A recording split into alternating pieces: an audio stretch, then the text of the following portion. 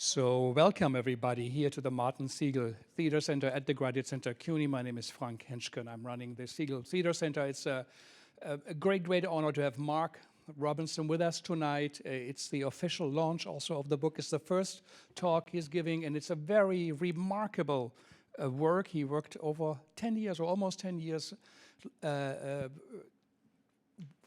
looking closely at 4 works that kind of originated in 1975 in the granular level, and I think it's quite a stunning contribution and also a model on how to look at theater, how to write about theater, and how to think about theater. And I hope we will get a little glimpse tonight into the work, his mind, but also into the work of the artist, things we might not have known, even so we think we know them so well. Thank you everybody for coming. It is such an incredible audience here tonight, so thank you. I mean, all the friends and faces and great writers and teachers and theater artists who are here with us tonight. So we are really, really honored. This is at the very center of what we do. We bridge academia and professional theater, international and American theater. We host festivals, we publish books and journals, but also we talk about theater, and we highlight the importance of writing a book, working on a book, publishing and putting it in a form. And anybody who ever worked on a book, especially on a scale like this, know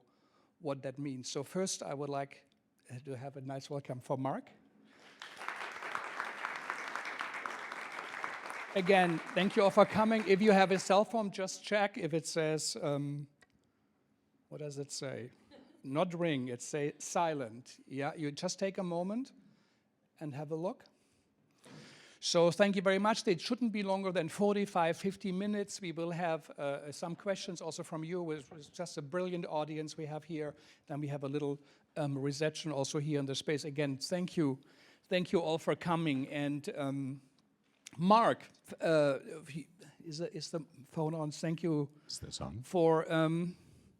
for being with us.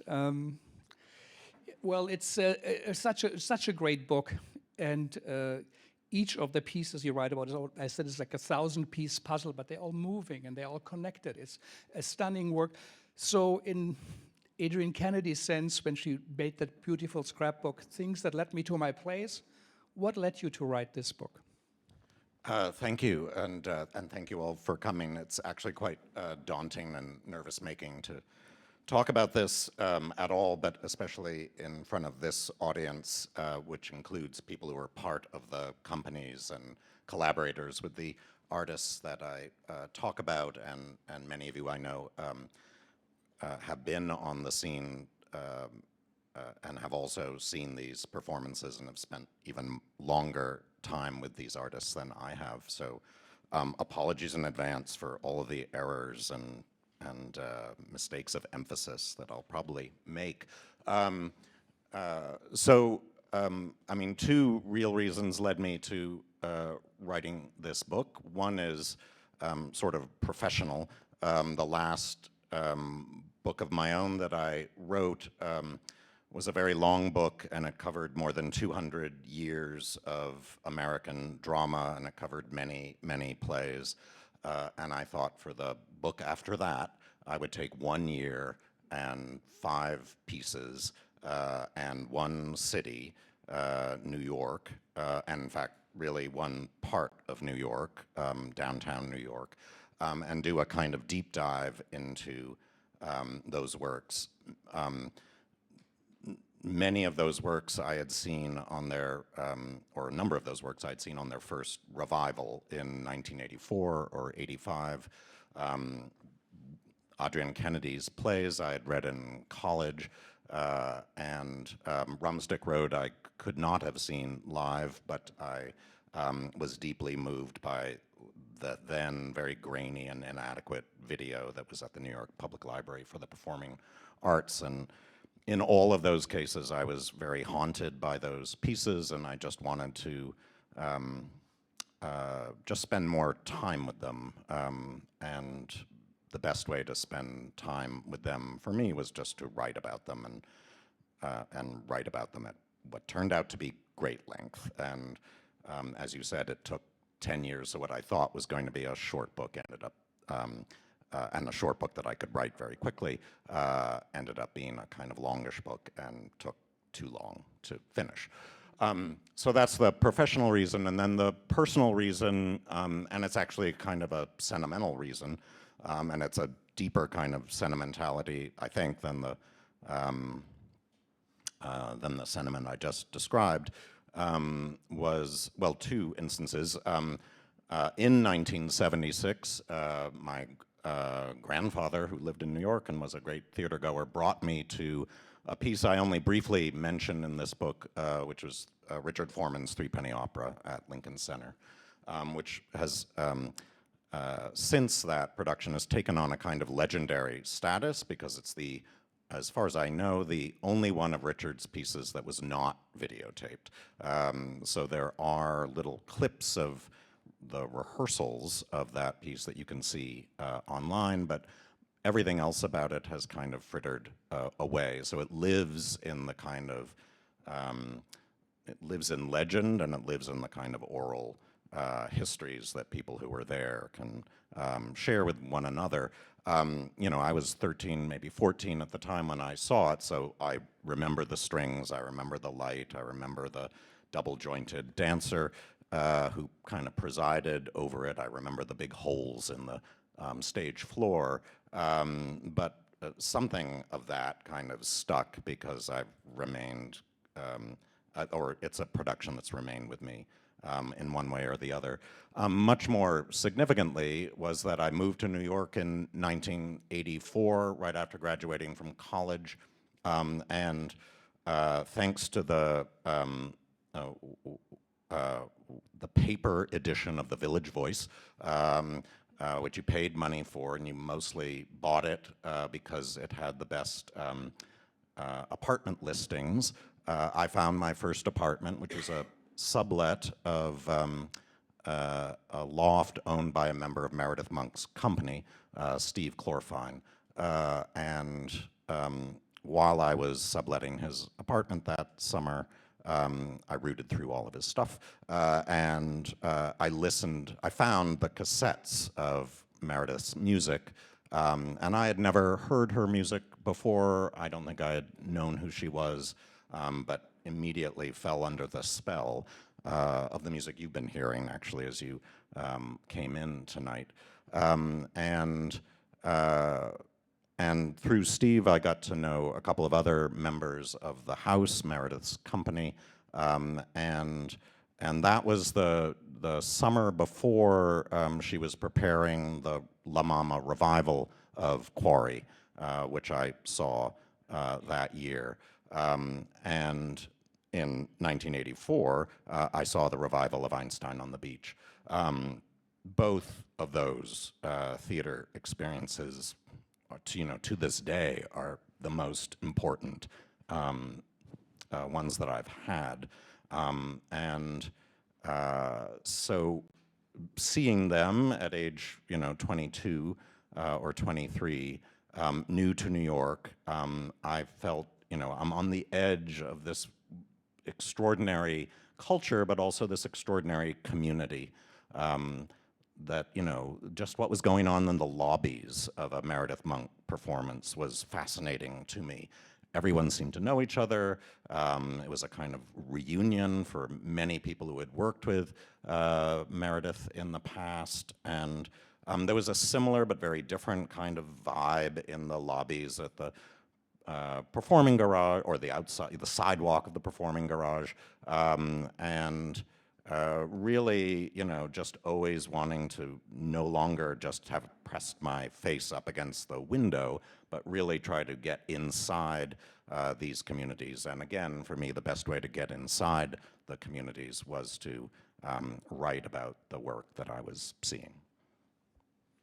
That's fantastic. You write in the book it was an annus mirabilis, like a miracle year in theater. And looking back, it's so very true, and I'm jealous, I have to say, that I wasn't there, couldn't see this many here in the audience, actually have seen so many things and met all the artists. Mata Clark you talk about, you write Meredith Monk, and so many, many others. You wrote, the year 1976 offers a window into a period. It's a tool for measuring the effects of transition, or as you say here, a jump, assessing other works of the decade. it's where we are right now, in between. You quote Sam Shepard. So there is the book 1963 about Greenwich Village and a heterotopia, and it switched, and you make the jump to the 70s and Soho. Why this year, why this decade, and not another? Yeah, it's an excellent question. It's the question you know, that my editor asked me. It's the question that the anonymous readers of my book manuscript asked me, and it's obvious. It's the obvious question, right? It's the most important question. Why 1976 and not another year? Even if I can sort of make the case that this period of the late 70s is a distinct thing. You know, why not 1975 or why not 1977? And, you know, I would be the first to say, actually, that 1975 is no less important. 1975 is the year of Sam Shepard's play Action. It's the year of Charles Ludlam's play Stage Blood. Mabu Mines premiered The Lost Ones. Richard Foreman did Rhoda in Potato Land. Carolee Schneemann, Interior Scroll. You mentioned Gordon Matta Clark, his Day's End, also from 1975. So that would be a great book that someone should write. And you could do the same thing with 1977. I mean, Rumstick Road, which I talk about up to its point of first open rehearsal, actually, of course, opened in 1977. 77 also brought us Fefu and Her Friends by Irene Fornes. So the argument of the book isn't that 1976 is more important than any of those adjacent years. It's just that it's a year where, if you look at these 4 or 5 productions, you can start to identify qualities true of these productions that I think can be then applied to other works happening within that 4 or 5 year period. And more important than that, I think, or equally important, I think it's there was a real shift from the 1960s and early 70s to a different kind of aesthetics, different kind of methodology, different kind of formal and thematic preoccupations, different ideas of audience, different ideas of what the actor or performer generally is doing.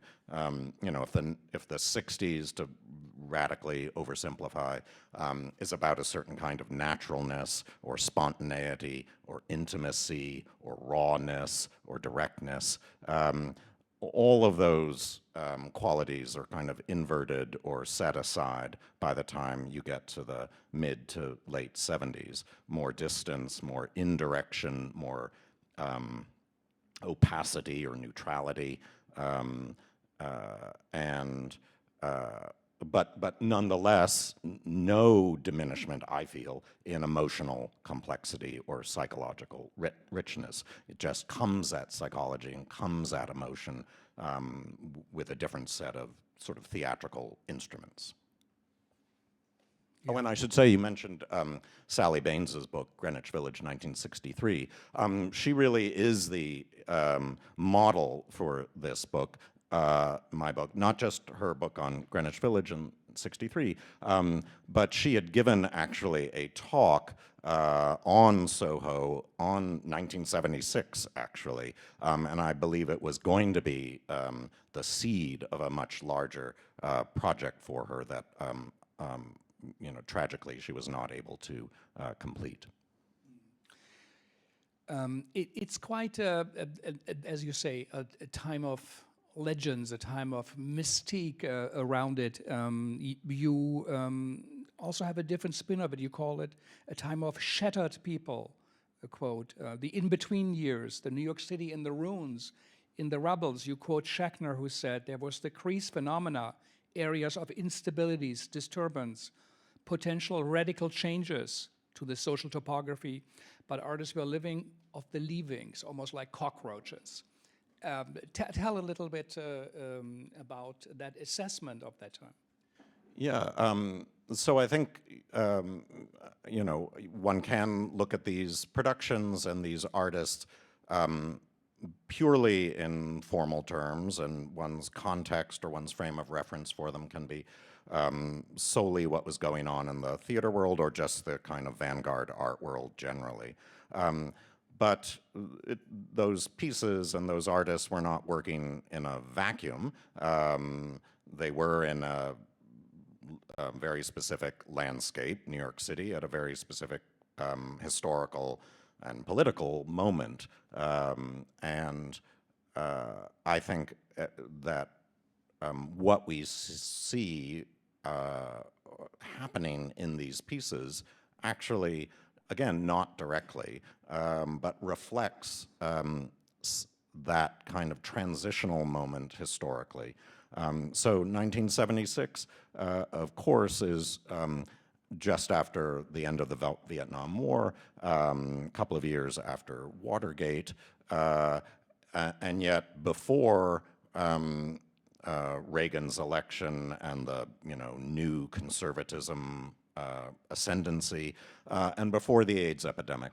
And so that intermediacy, I think, is reflected in the pieces, that, again, that transitional moment, and that uncertainty or lack of clarity that is inherent in any kind of moment of transition. We know where we are, we may have some idea of what this is heading to, but what is the moment that we're in? And I mean, the quotations you cite also refer to what was happening in New York City at that moment. As you know, of course, 1975 was the great crisis in New York. Ford to City dropped dead, the huge breakdown of so much of how so much that New York depended upon to function. By 1976, some of the budgetary problems had been addressed, but the scars were very much still there, and municipal services were still falling apart. Actually, CUNY shut down briefly in 1976, and for the first time started charging tuition. And there were similar kind of ruptures throughout the city fabric. And again, something about the artists in this period saw the breakdown or the fragmentation, the fracturing that was going on politically, not only as a crisis, that it was actually an opportunity for something to be built in the ruins. There's this amazing underground text, I mean, it's better known now, that was published in 1977, The Faggots and Their Friends Between Revolutions. It was there was a theatrical adaptation of it at the Armory, of course, last year. And that was a work, I mean, it was very much about the piers on the West Side, and how in that crumbling, literally crumbling landscape, a new kind of way of being, and with it a new kind of way of creating was surfacing. And I think one can extrapolate from that and see it reflected all across the avant-garde in that mid and late 70s moment.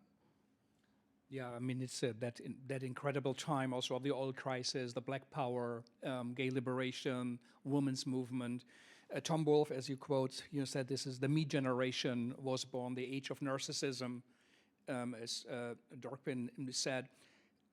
You quote Edmund White, who said there was no style for that decade. It was open, it was fluid.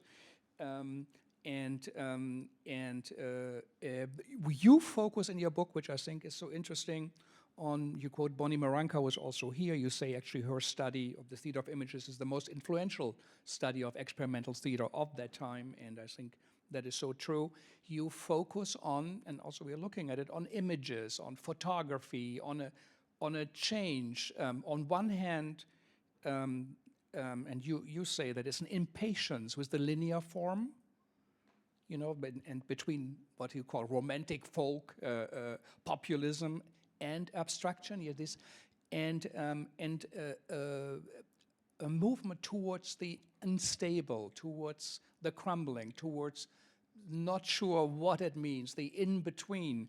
And you say the 5 pieces that you chose, the Adrienne Kennedy, Rat's Mass, Meredith Monk's Quarry, Bob Wilson's Einstein, Joseph Chaikin's A Movie Star, has to star in black and white, and then, of course, Rumstick Road from Wooster Group. You say these 5 pieces poise of plastic arts. They are tableaus, triptychs, photographs, landscapes, and they send out most energy when compositions tremble, when they crash, when they collapse, and when there's a visual removal, and you detect in that year that this is something new we haven't seen before. Yeah, you're absolutely right about Bonnie's crucial book that was the first work. I mean, it was where I learned about many of these artists, but it was also, even more importantly, where I learned vocabulary to talk about these artists, to shift attention away from the text, to shift attention away from narrative, and direct attention to the image, the gesture, space, and silence.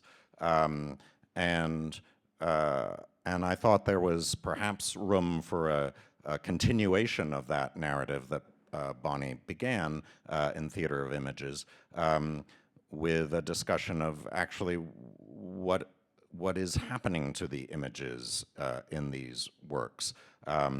These are works of performance, which means they live in time, which means that the image is not stable, that it is, like the whole production, the image is eroding, modulating, receding, and sometimes just totally vanishing. And so any kind of confidence one might have of the stability of the theatrical work is misplaced, because the gorgeous landscapes or the beautiful kind of sculptural poise of the performers is constantly at war with everything, time, and everything that time supports in performance, everything that works against that poise. It's, you know, it's all sorts of awkwardness intrudes, or breakdown. I became fascinated in my discussion of Einstein on the Beach with what you can see in the videos of the 1976 production that aren't present so much by the time you get to 1984 or the 1992 revival, and certainly not in the 2012 revival, where things have been kind of just better rehearsed and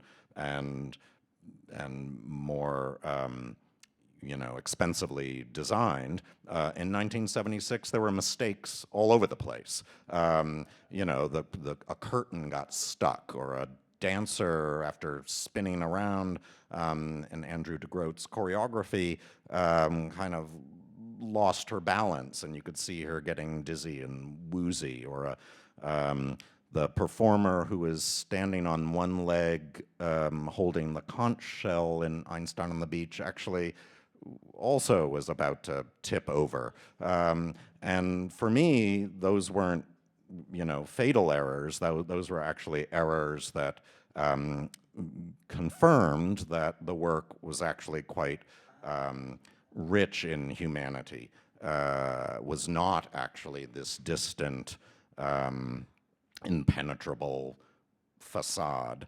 And I think you can see versions of that in other works of that period, and I just wanted to restore those qualities as well. Mm-hmm. You know, that is so important, as Bob Wilson said, the warm light of Einstein, which was all manually done. It was a digital work, but they were all doing it on, light boards, and incredible what they did. You said change happened. It wasn't sudden. You said it's not like a rose that overnight opened, but it happened in that time, and you could detect it, and you invite us to go on that journey with you, to look so closely with a magnifying glass, even with a microscope, I think, at the work. You say there was the performances fever. People were resisting text's promise of stability, said there is no center. What the French theorists told us, that it was breaking, that there is then artists wanted to interrupt the narrative and multiply the meaning and say, like, the stop making sense. That came a little bit later. Let's talk about some of the works, because this is why your book is so interesting, that it has a little bit, I would say, less of post-colonial theory and Agamben and Zizek and other. It looks and talks about the work. It's meticulously researched. It's a stunning work, as if it's a Rembrandt you are looking at, and it's a Rembrandt's Blessing, this significant work, and we talk about classical work later, where you refer to. Let's talk about some of the works. I also admire that you quote Hannah Arendt. You talk about Richard Hell, the great punk musician, and his Blank Generation. Bob Dylan performing in a white mask and saying the mask speaks the truth. And so this influences of that truly, I think, incredible time, which we all wish we have been part of. You mentioned Rwanda and Potato Land. Foreman isn't fully in there, but I know you had to make choices, but it's perhaps also too obvious. Let's talk about The Rented Island, The Secret of the Rented Island for a moment, the Jack Smith. I think we might have a slide here, yeah. And tell us, why do you place it so prominently?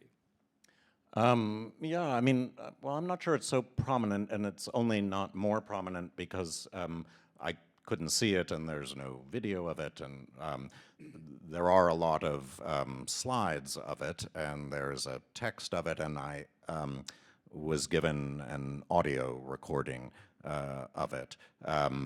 In the performance, actually, all of the speech was pre-recorded and was broadcast during the performance. I mean, I think this is the work that's sort of the ultimate example of an artwork that is falling apart before your eyes. I mean, it quite literally was falling apart. Set pieces would fall over, and the script which Jack Smith carried would fall on the floor and be put back together out of order, and the performance would start at midnight and maybe last for 5 hours, and with constant start and stop and stops, and nobody was left in the audience, or those that were in the audience were asleep by that time. So that I mean, it's also sort of the ultimate example of a artwork built on error as well, engineered error, but error. So I wanted to acknowledge that this work happened, and there are many other works from 1976 that, of course, I could have chosen and didn't, and this being one of them. No, I think it is a great work. You write it's an artwork that didn't want to start. He didn't come on and didn't want to end. He started with 50 minutes, and Halloween you wrote, and then December it was 5.5 hours. It was moving, it was reacting, it took in. So it was something very different than shows one had seen before. Also, audiences were free to come and go, to leave. I think Bob Wilson then also did that in the Sigmund Freud and others. So it's a real radical change. If we go back one slide, we looked over it. I liked what you also put in before that. Tell a little bit why do you think this image is such a beautiful observation you made? Yeah, so Elizabeth LeCompte, director of the Wooster Group, is the figure behind the board there. And this was and Diane Burko, in front of it was a good friend of hers in college at Skidmore. And I just like this image because it distills to an image everything that I think can be recognized in the aesthetics of the Wooster Group, and Liz LeCompte has talked about this herself quite directly, that you know, even though the performance may be happening in an intimate space, there is no invitation to the spectator to bridge that gap between spectator and performer. There is a kind of decorum that keeps the performance on one side of a line and the audiences on another side of the line. Actually, Lenora Champagne is here, and in an essay she wrote about Liz's acting when she was in the performance group, Richard Schechner's performance group.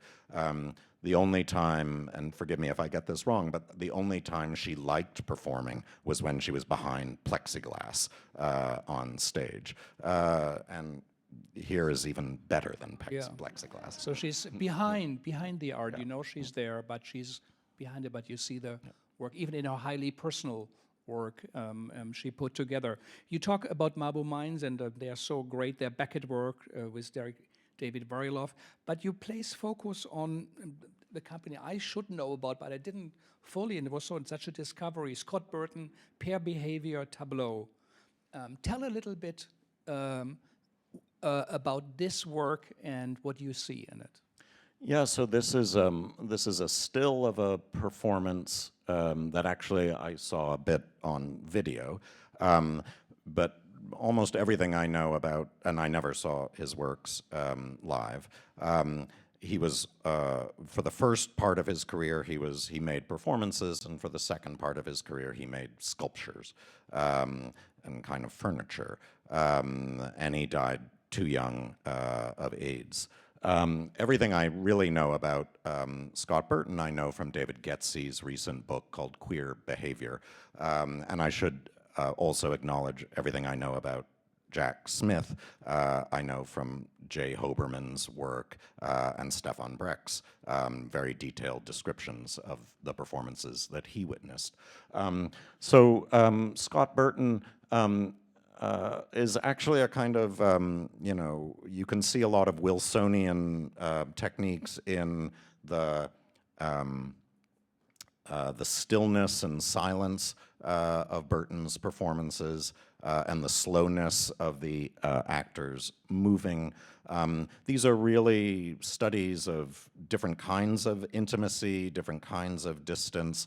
These two men don't say anything. They move towards and away from each other, assume poses, engage with those pieces of furniture. They're, as you see, they're dressed alike. They're almost the same height, and they are the same height because they're wearing kind of cothurni on their feet. There's also great distance, sort of like this room, between the performers and the spectators, so you're aware as an audience member of the gulf that keeps you away from what you're seeing, and but that gulf allows you to really read what's happening on the stage, and it is a very kind of, you know, wide horizontal stage that invites that kind of scanning and with it interpretation. Yeah, and the company you wrote, Grand Union, disappeared in 1976, actually. And the members, as you write, Yvonne Reiner, Barbara Dilley, Tricia Brown, Douglas Dunn, David Gordon, Steve Paxton, incredible lineup. Yeah, so April 76 was the last performance of Grand Union. It was at series of performances at La Mama.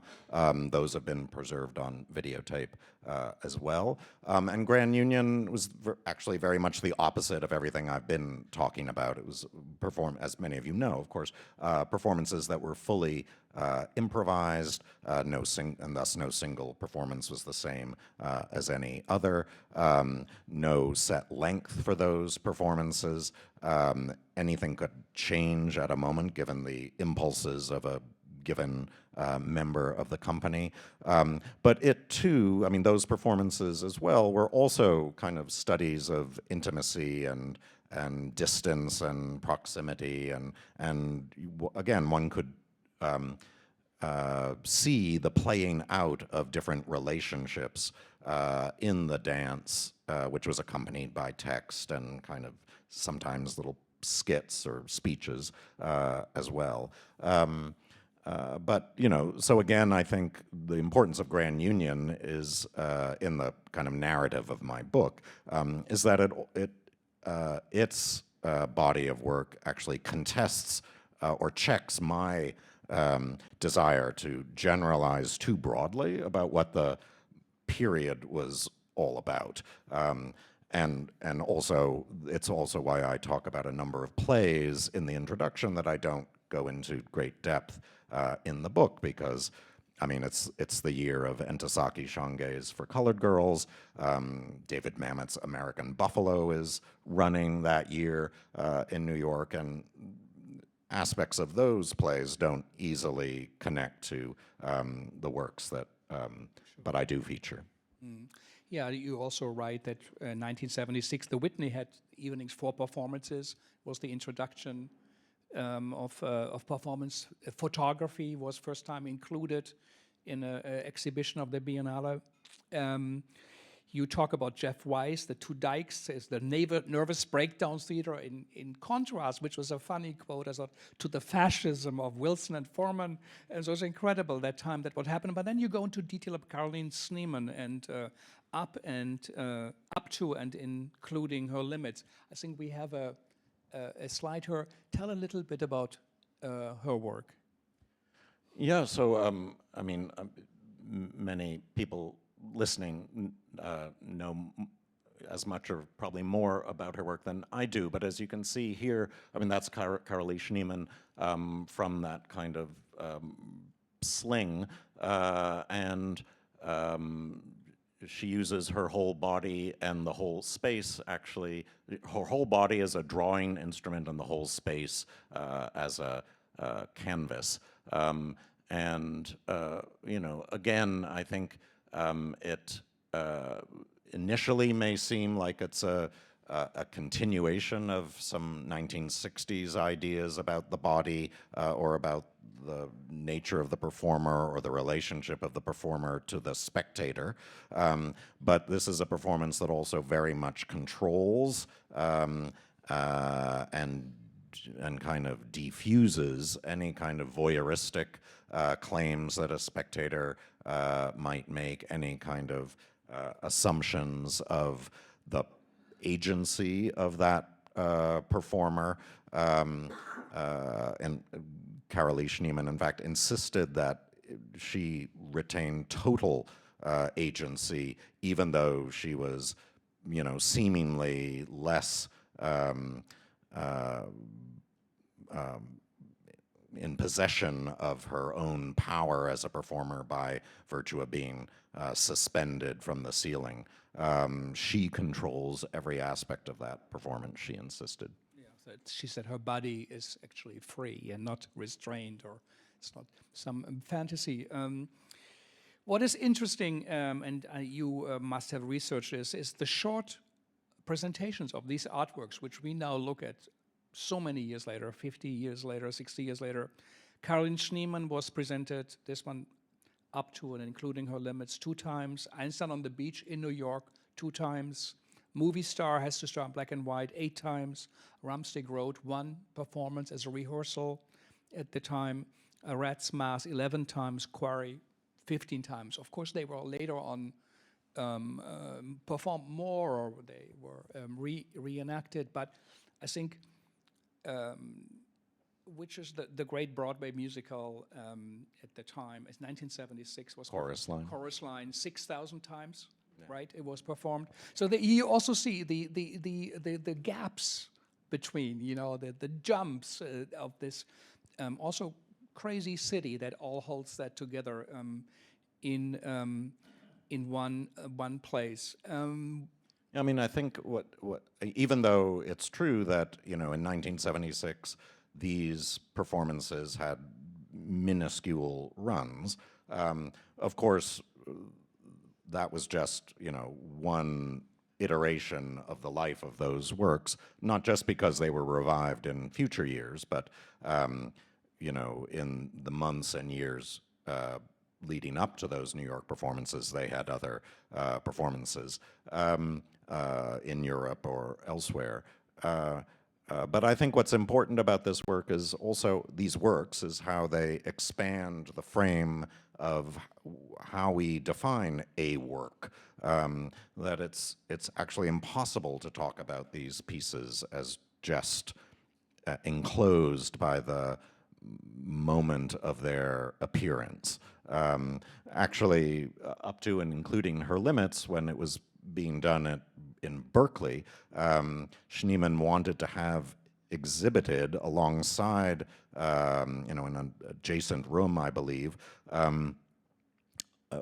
everything that kind of supported the making of the work, the contracts, the lists of the kind of to-do lists that she had while she was in residency in Berkeley, letters home to her partner, notes about the cat sitter. I mean, everything that went into the life of the work became part of the work. And similarly, I think with all of these pieces, it becomes really hard to know where to draw the frame around them. And I think that's why the community that the works also engendered among their audiences, among the artists who participated in them, among different generations of artists that appeared in these works over the course of their life and revival.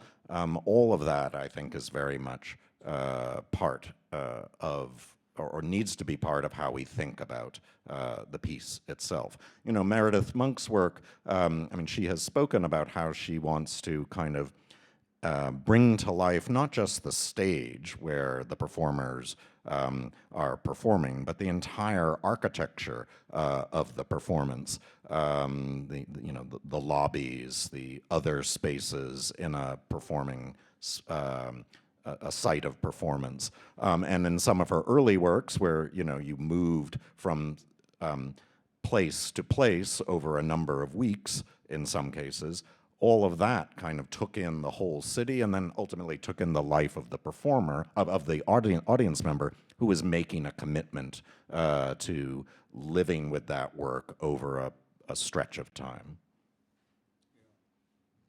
And still, as you wrote, it's a culture of loss, which was shown and then it was gone. And you write and hint very clearly that relations between artists made up for that loss.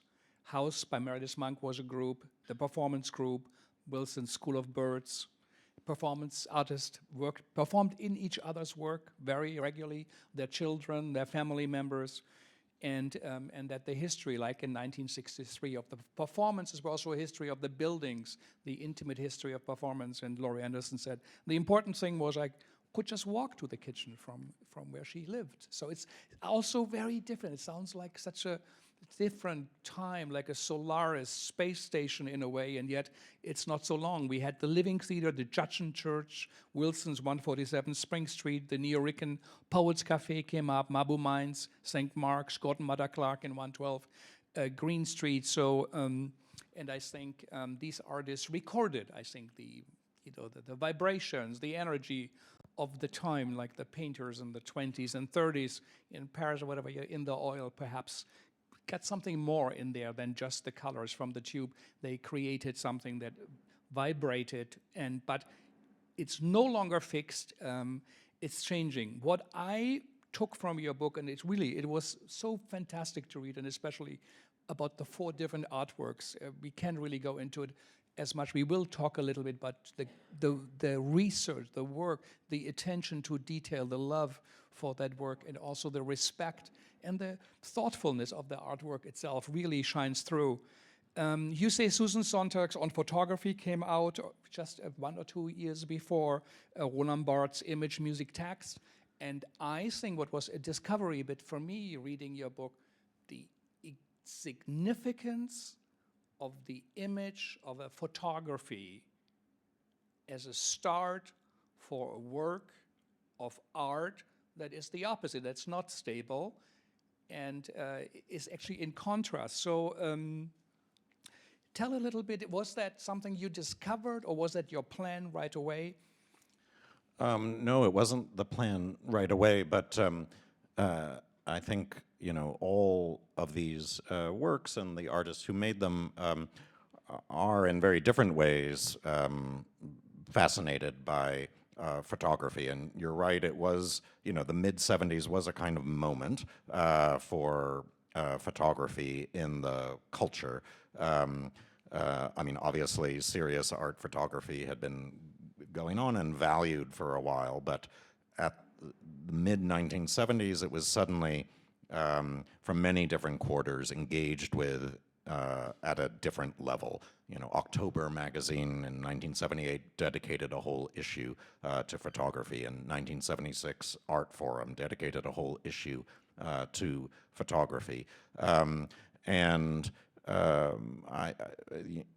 Museums were doing shows that of a seriousness and of a range about photography that they hadn't done before. So some of that clearly was seeping into the serious arts community, even beyond the photography world. But I think the theater artists that I talk about, their engagement with photography was actually quite critical and skeptical.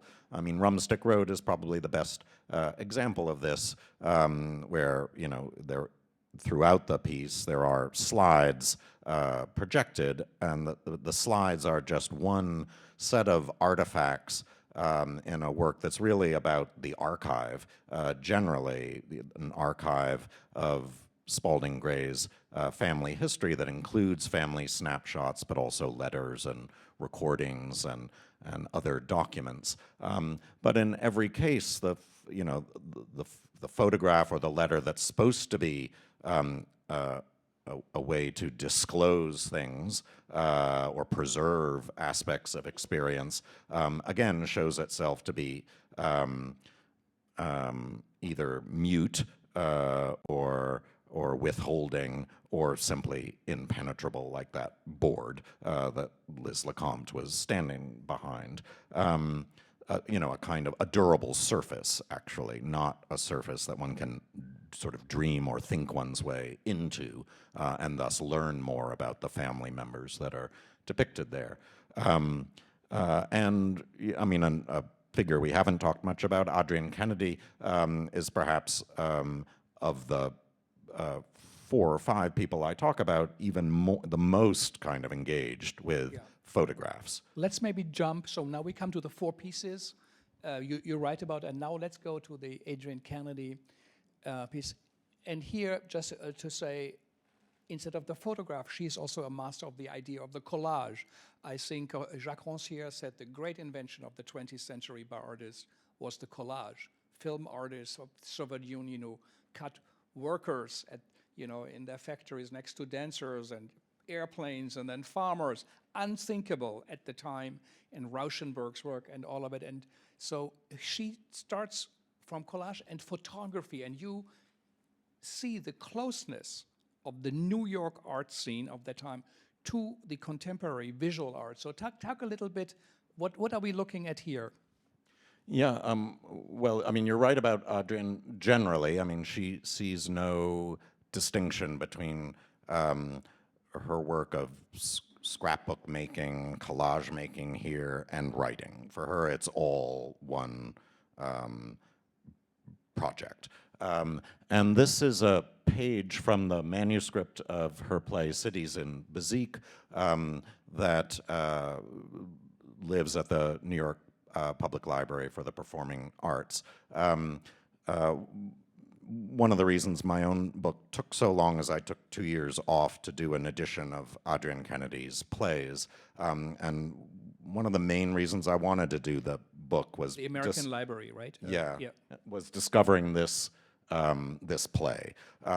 This is a kind of famous play that she had written for Joe Papp, and he initially wanted to do it and then was talked out of it, and it was never produced. The title was used for a double bill of 2 other Adrienne Kennedy plays, but the actual play lived in manuscript, one copy of that manuscript in her apartment until she gave, oh no, actually it never, it was given, she gave it to Papp, and it never left the New York Theater, New York Shakespeare Festival archives until it was given to the library. So we published it in the Library of America edition, and I very much wanted to publish some of the collages because it's a play in which Adrienne writes in a stage direction. The only real character is the girl. Every other character is a photograph, or an image of one kind or another. And here are 5 objects that enter the stage at one point in the play. The playing cards, the bezique, scoring dial, that clipping from a newspaper that shows stages of the moon, and James Earl Ray's mugshot. Adrienne wrote this play in 1968, and she drew from and she was living in London at the time, and she drew from the newspapers and magazines that were chronicling all of the tragedies of that year, especially the assassination of Martin Luther King. It's really a play about Vietnam and the King assassination, even though just reading it without that kind of context, it would seem to be about anything but something that specific. I mean, her plays, Funny House of a Negro, Black Children's Day, Ohio State Murders, others, there's such significant contribution. But what was new? What do you think was that her quality of work, what was different? I mean, I think the reason she, for me, sort of merits an inclusion in a book that, I mean, she seems like the odd person out in this book. One kind of intuitively can see why Wilson and LeCompte and Meredith Monk should all be together, and Foreman, right? And Foreman, or a number of the people I touch on in the introduction. But Adrienne Kennedy is, you know, primarily a playwright, of course, whereas the others are making works that, while they have text in them, they are not text-centered. But, you know, her plays are much more, the way the plays are kind of constructed, her idea of dramatic structure, her ideas of dramaturgy, actually, I think, have much more in common with what was going on in the other works I mentioned than they do necessarily with the other playwrights active in that period. And her play from 1976, A Movie Star Has to Star in Black and White, is, I think, I mean, you know, one of her top 2 or 3 plays for my money, and also a play where so many of the kind of formal preoccupations shared with the other writers are front and center.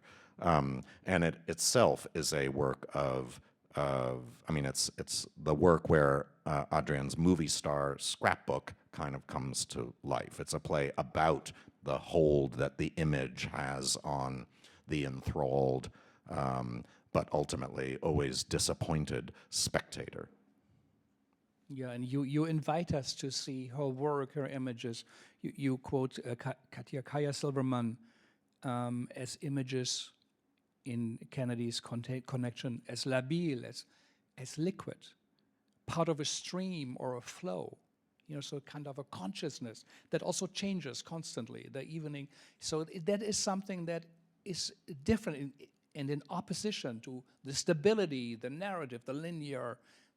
Yeah, I mean, there's a famous essay of Kennedy's published by TDR, actually, called "A Growth of Images," and that's a line from an interview that Adrienne gave that was the source of this essay, and as others have pointed out, you know, one doesn't think of images as growing; one thinks of images as stable and secure, but for Adrienne, they are continually morphing and changing and slipping from her grasp. I think the reason she loves collaging and scrapbook making so much is because it allows her to hold on to the image, to the picture. You know, when she lived in Ghana, she carried around in her purse an image of Kwame Nkrumah, wanting to hold that, you know, that trace of the human that was depicted in the photograph. Yeah. Also, which I didn't know so much, you also highlight that Kennedy was so close to music, her engagement with music, and you documented so meticulously. We don't have to get in it, but Chopin, Debussy, Wagner, Beethoven, Miles Davis, Charles Mingus, Count Basie, Bach, and the Beatles, and of course Billie Holiday, who she looked up to. So, and in his one of the 4 essays, if you really read and go through page by page and see what connections Marc made with the words, with the images, with the music, it is a stunning way, I think, to write about theater. Just in between, and we go to the other pieces. How do you think one should write about theater? What do you think is most important? Yeah, thanks. I mean, I think it's, you know, I mean, I think the book both, or my book is a kind of product of attention, and it's also a narrative of attention. So, and it's a book about looking, so it's not accidental that it's, you know, in dialogue with other earlier books about the theater of images, and very conscious of what is both the responsibility and the kind of frustration of the person who is looking, that one can never actually have the thing that one is looking at as a spectator, and then to be a spectator in the theater, a spectator of live performance, means that you're constantly watching, you know, the object of your desire recede from view, or decay before your eyes, or just disappear entirely. But that is the condition that we're kind of stuck with. So I think any criticism has to begin with that kind of maintained attention and self-aware attention, awareness of the limits of the self that is doing the looking, aware of everything you're not able to see, that's you know, that's on the outside of the frame that one is staring at. I think that, you know, the book really starts there, but it also ends there. My introduction ends with 2 performance moments in 1976 that are seemingly quite alien from the other works that I talk about. In January 1976, Balanchine premiered at New York City Ballet his ballet Chaikin, which was a kind of return for him to the choreography that he had made for a production of Orpheus and Eurydice. So, I mean, Orpheus and Eurydice is, of course, about looking, about the dangers of looking, about fatal attention, that by looking at something that you love, you will destroy it. So that, you know, in January 1976, just before any of these works hits the stage, that is kind of a cautionary tale for how you approach it. And the other work that I talk about is David Bowie's Isolar tour, the music from his album Station to Station, and he would begin those concerts, and this was true of the one he did in March at Madison Square Garden, with a showing. He would screen Buñuel's Chien Andalou, and as you know, that is a movie that begins with an eyeball being sliced open. So in that work, like, you know, one has to, the implication is one has to kind of develop a new way of seeing in order to meet this work where it lives. So both of these, you know, performances, one saying, don't look, and the other saying, you know, see more. You've got to figure out another way to see if you're going to see this kind of work. I think that is both kind of a sort of mottos for the book, but also useful things to bear in mind for any act of criticism. And not only just see more, also what's behind, like in the image we have. We are so much over time, so I think we still have to look at the others. By the way, you also mentioned, which I didn't know, that Adrienne Kennedy in Corona time, she continued, right, her scrapbooks and created new work. Incredible. So now let's look at Meredith Monk and Quarry. You already talked about it. Yeah, I mean, I can just quickly, if we're going to just go through them, I can just quickly talk about them. So this is a very famous photo from the first production of Quarry at the La Mama Annex. And I just, I mean, one of the great things about Quarry in that space, for any of you who saw it, is, you know, there was no front. There was, it was hard to know, you know, where you were supposed to be looking exactly. You were constantly given the responsibility of kind of putting together the work in the way that suited you and had everything to do with where you were sitting. Many things were happening at the same time. So, you know, even though Meredith is there in the center of the stage as the main character, she is surrounded by different islands of life and different dramas in those islands. And, you know, and it's up to us to kind of build the bridges among them. And you make a most beautiful connection, I think, to Walter Benjamin, who wrote about the Trauerspiel, the tragedy, the German tragedy, and he says this kind of Baroque drama, it was more spatial than psychological already at that time.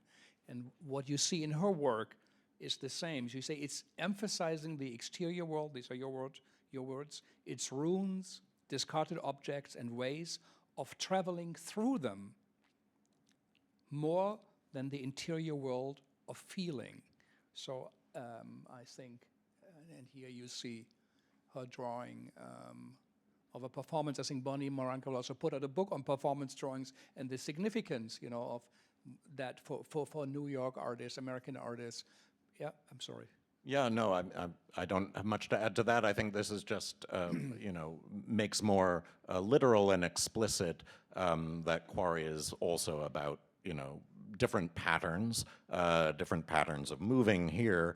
This is a chart for how the performers would move, but also patterns of attention as well. And it also reminds us that, as Meredith said, I think in the book you mentioned, Conversations with Meredith Monk, that Bonnie did, she said that the floor for her is the most important element of the performance. And that's why Quarry was so ideally suited for that kind of aesthetic, because a number of audience members were on balconies looking down at the floor, given, you know, allowed to have a bird's eye view and to be able to see these different patterns even more explicitly. Yeah, I think she says, clouds go by, streets go by. Also a work about the Holocaust, inspired by a photography of 18 girls, Dutch girls she looked at, or 13.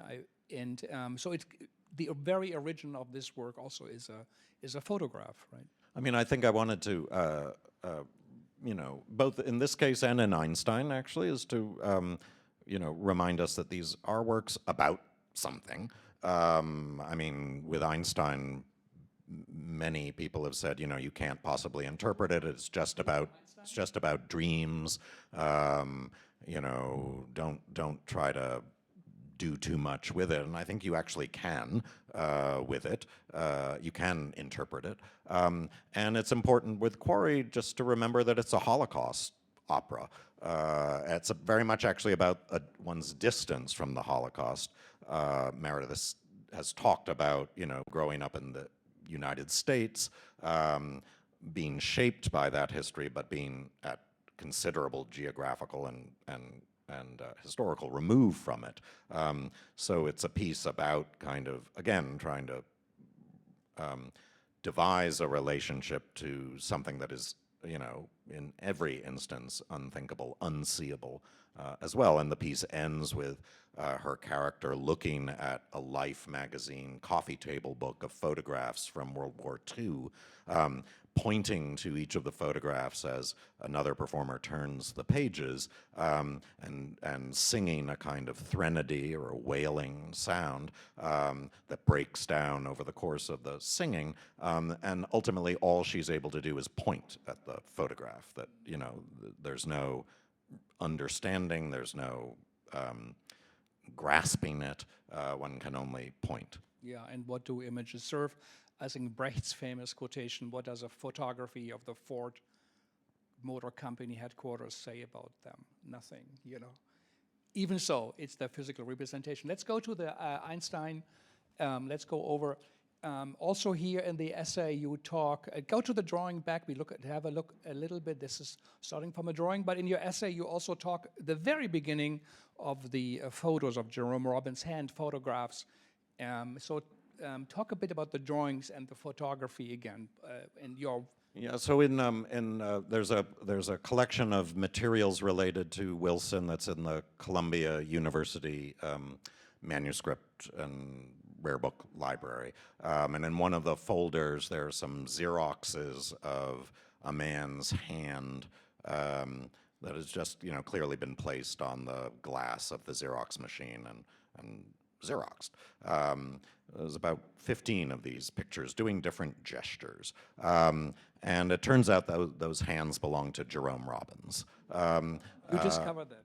Yeah, I think there's a note there that says it's Robbins, who was very close to Wilson, and I mean, he was instrumental in bringing Einstein to the Met in '76. And, even if those Xeroxes hadn't been in that archive, one can't escape the presence of gesture in Wilson's work, and not least because of his own drawing practice, and not only because drawing brings you to makes you aware of the presence of the hand, but because in this drawing and many others, the hand is actually present. You can see the hand print on the upper right there. And there are many other drawings of Wilson's where handprints appear. That's just a way into the presence of the hand in Einstein on the beach. Characters are scribbling, miming the chalking on blackboards, fidgeting. We're always kind of brought down to that human level. So again, with Wilson's work, we tend to think of his performers as kind of sculptures or robots or, non-human in some way. But in fact, in this work, and not only this work, if we focus on the hands, we're reminded of their humanity. Yeah, you can show the other ones. I think this is the most significant writing on Einstein on the beach I read. It is the closest look up. It says, I think, representing in a way also the universe of Bob and Bob Wilson.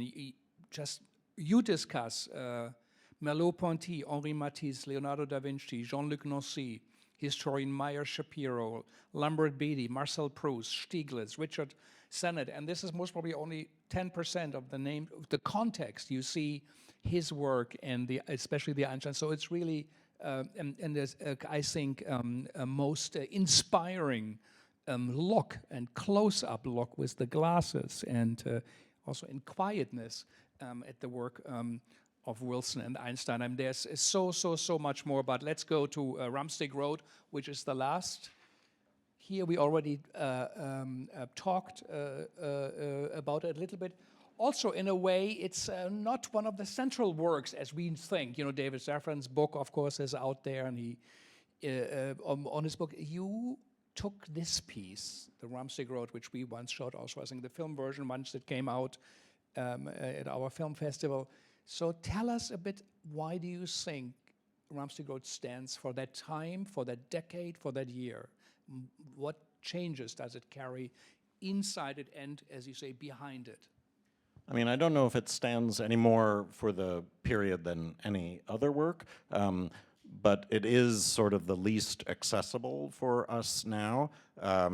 It's a work that can never really be revived, and the Wooster Group is regularly re-engaging with works from its past, and restaging them, rethinking them, adding to them. And this is a work that, for very kind of fundamental reasons, can never be done again. Spalding Gray, Ron Vaughter, and very recently Libby Howes have all died. So it's I mean, and it is itself a piece about loss, the suicide of Spalding Gray's mother. So, you know, it's a work that shapes itself around a void, a very personal void in Gray's case, and that over the years, as it's, you know, the people in it have died, other voids become, you know, are at the center of this, this work that is a kind of outline around that, those experiences of loss.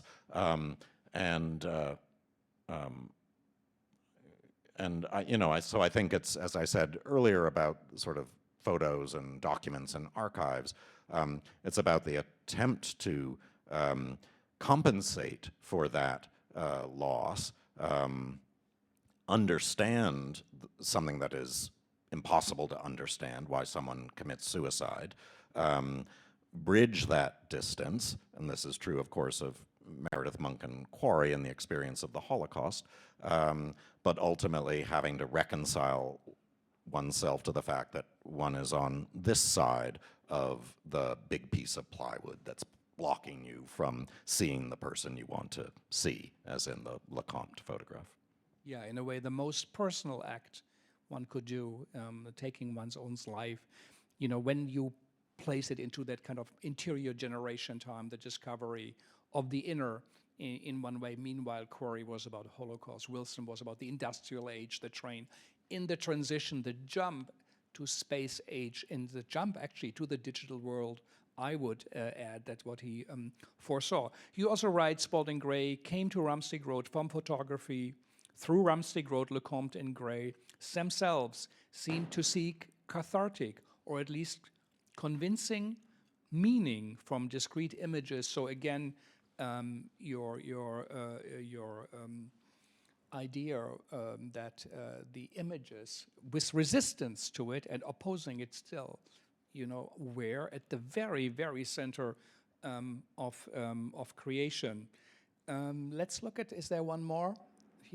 This I found quite remarkable. I'm sure you all read performance books and you look at TDR and you read student work. Normally you don't see Jan van Eyck 1432 triptych in it. Mark will go into it. It's a very convincing case, but tell me why, what do you see in this in connection to Rumstick Road? I mean, it's not something I see. I'm grateful to Clay Hapaz, the archivist of the Wooster Group, who's here, and also to Bruce Porter, who was in the original production of Rumstick Road. He was the technician at the center of the triptych in the booth. That, you know, who both of them told me that Liz LeCompte brought in this image to rehearsal and said, you know, I'm interested in thinking of how we might make a kind of theatrical equivalent of the triptych, this being perhaps, you know, a very the most famous one, or a polyptych actually, and said, she said to Bruce Porter that you are going to be the God figure there at the top in the center, and in fact you're always going to have your hands in the light to make that connection even more overt. But not just this triptych or this period's engagement with triptych form. In '75, the Metropolitan Museum had a show of Francis Bacon paintings, and there were, I think, a dozen triptychs by Bacon in the show, and LeCompte and Spalding Gray went to the show, and this was in, I think, October of '75, so right as they were beginning rehearsals for Rumstick, and bought the catalog, and you can see, and again, this is not an idea original to me, you can see transformed in Rumstick a couple of the Bacon triptychs as well. You know, Liz's great frustration with the video that I first saw when I first got interested in Rumstick, before the Ken Coblin reconstruction that now you can get on DVD. Her great frustration with that first archival videotape is that the videographer made choices for the spectator, zoomed in to what was happening in a particular zone on the triptych, whereas LeCompte wanted you to be always seeing, as you would be in the theater, always seeing all three panels and having to kind of manage the competing attractions in the same way that Quarry is asking you to manage the competing attractions of what's going on the floor around you. Incredible, yeah, and you know, for you to include it and not have it as a side note, but looking at it central, which I think is so significant and important, and just to think the idea that this company that, as Richard said, the crevices, the leftovers, you know, the cockroaches, but they try to re-engage, you know, with the mystique of the Lamb in 1432. How can that be integrated? How can that consciousness be connected to from a different time through a performance about the suicide of his mother in that small performance garage? It's just it's stunning, and it opened up so much for me, and I have to look at it again. I just want to end with a quote, which also I didn't know, a Brecht quote. You said that Brecht's famous dictum, thinking across the flow is almost more important than thinking in the flow. It's very interesting to say thinking across the flow is almost more important than just in the flow, and I think you showed that these artists did that. And also you did that, you know, instead of the flow you were across, you looked for connections, you looked for possibilities of thoughts of what's behind what we don't see, what is invisible. In great art is always not about what you see, it's what's invisible and what's behind, and that's why you cannot explain it, because it works in a subconscious level. So, and I would really encourage all of you to look at that, these 4 studies he did, like a doctor, and like a Carl Jung at the mind. He looked at these performances in detail, and I think it's inspiring and opening, and I would like to thank you in the name of the theater community and also the researchers and everybody for devoting such a big part of your life to give us a little bit more light, as Goethe said, more light on the work of these artists, and what a great city you guys have here that produce these artists, and for you to record it as a seismograph, and it will be there for centuries to come. It's a great work, and I would like to all of you say, give big applause for Marc. So Thank you.